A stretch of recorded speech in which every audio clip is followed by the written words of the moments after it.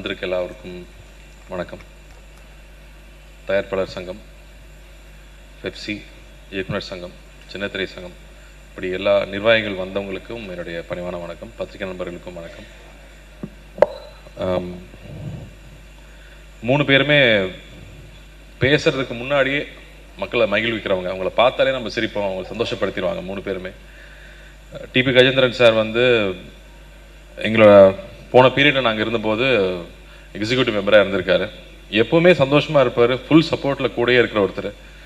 அதுக்கப்புறமா அவரை பற்றி தெரிஞ்சுக்கணும்னு போகும்போது தான் அவர் வந்து கிட்டத்தட்ட 15 படங்கள் மேலே டைரக்ட் பண்ணியிருக்காரு, 100 படங்கள் மேலே நடிச்சிருக்காரு.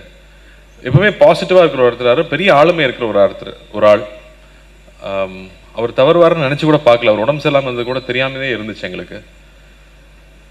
மயில்சாமி சார் எனக்கு சிறுத்தையிலேருந்து பழக்கம், அவரோட நடிச்சிருக்கேன். தனக்கு மிஞ்சினது தான் தானம்பாங்க. அவரை பொறுத்த வரைக்கும் தானத்துக்கு மிஞ்சினது தான் தனக்குன்னு இருந்த ஒருத்தர். கடன் வாங்கி தானம் பண்ணுறவரை நான் கேள்விப்பட்டதே இல்லை.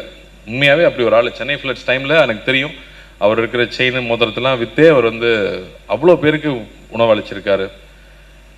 அது இப்போ அன்பு வந்து உட்காரும் போது அன்புக்கு தெரிஞ்சிருக்கும், அப்பா அவங்க கூட எவ்வளோ இருந்தாரா, சமூகத்துக்கு அதிகமாக இருந்தாரா, சமூகத்துக்கு தான் நிச்சயமாக அதிகமாக இருந்திருக்காருன்னு சொல்லலாம்.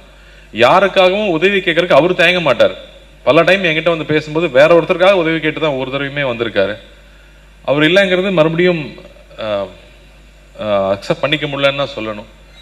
அவரும் கோயம்புத்தூர்லேருந்து வந்ததுனால நிறைய விஷயங்கள் ஷேர் பண்ணியிருக்காரு. முக்கியமாக எம்ஜிஆர் அவர்களை முழுமையாக ஒரு தலைவனாக ஏற்றுக்கிட்டு அவர் எப்படி இருந்தாரோ அதே மாதிரி நம்மளும் இருக்கணும்னு சொல்லி அவருடைய கதைகள் நான் சமீபத்தில் 2 வருஷத்துக்கு முன்னாடி ஒர்க் பண்ணும்போதும் அவ்வளோ கதைகள், எம்ஜிஆர் அவர்களை பற்றின கதைகள் ஷேர் பண்ணிக்கிட்டே இருப்பார்.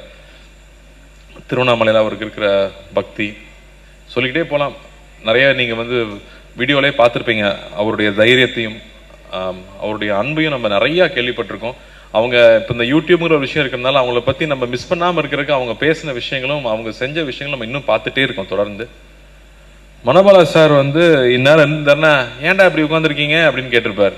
சிரிச்சு சந்தோஷமா இருக்கடான்னு ஒரே செகண்ட் எல்லாரும் சிரிக்க வச்சிருப்பாரு.